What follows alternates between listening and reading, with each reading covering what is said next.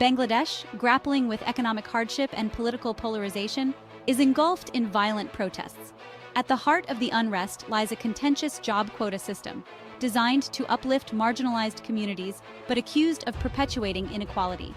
The streets have become battlegrounds, with protesters clashing with security forces and rival factions. The clashes have left dozens injured and a nation on edge. The protests, sparked by a recent court ruling, have exposed deep-seated grievances and highlighted the fragility of Bangladesh's social fabric. With unemployment rates soaring, many young people view the quota system as a symbol of a rigged system that favors the privileged few. To comprehend the unrest, one must understand Bangladesh's job quota system. Implemented after the 1971 War of Independence, the system was designed to uplift marginalized communities and ensure their representation in the public sector. Over 50% of government jobs are reserved for specific groups, including descendants of freedom fighters, ethnic minorities, and people with disabilities. Critics argue it has created reverse discrimination, where meritocracy takes a backseat to birthright and political affiliation. This has led to social divisions and a sense of injustice among those who feel excluded. Critics argue the quota system has outlived its purpose. They contend Bangladesh must move towards a merit-based system that rewards talent and hard work. Instances of unqualified individuals securing government positions based on quota eligibility have deprived more deserving candidates. Allegations suggest the system has been manipulated for political gain, eroding public trust. The quota system has also created a climate of fear and intimidation on university campuses. Students who speak out against the system face threats, harassment, and even violence. A landmark ruling by Bangladesh's High Court declared the quota system unconstitutional, igniting protests. The court argued the system violated the principle of equality enshrined in the Constitution. Anti-quota protesters hailed the ruling as a victory for merit-based systems.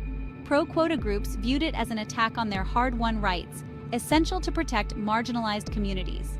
The government faced a dilemma: uphold the court's decision and risk alienating its support base, or defy the judiciary and face accusations of authoritarianism. The government's indecisiveness has exacerbated the situation, fueling unrest. The stage was set for a showdown, as both sides refused to back down. Dhaka University, the country's oldest and most prestigious institution, became the epicenter of violence. The university witnessed brutal clashes between anti-quota protesters and defenders of the system. The clashes left dozens injured, many with serious head injuries and broken limbs. Student, we were attacked without provocation. They came at us with sticks, stones, and whatever they could lay their hands on.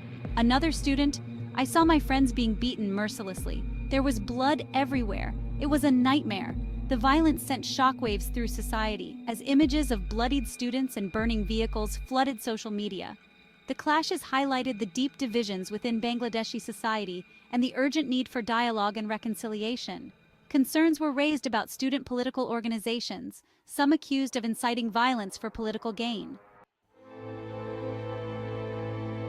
The protests in Bangladesh are about more than just job quotas. They reflect deep-seated frustration with inequality, corruption, and lack of opportunities. The government's response has been criticized as heavy-handed and inadequate. Excessive force against peaceful protesters has inflamed tensions and deepened public anger. The international community has expressed concern and called for restraint from all sides. The protests are a wake-up call, reminding that deep-seated inequalities can quickly boil over into unrest. The path forward lies in dialogue, compromise, and a genuine commitment to addressing the root causes of discontent.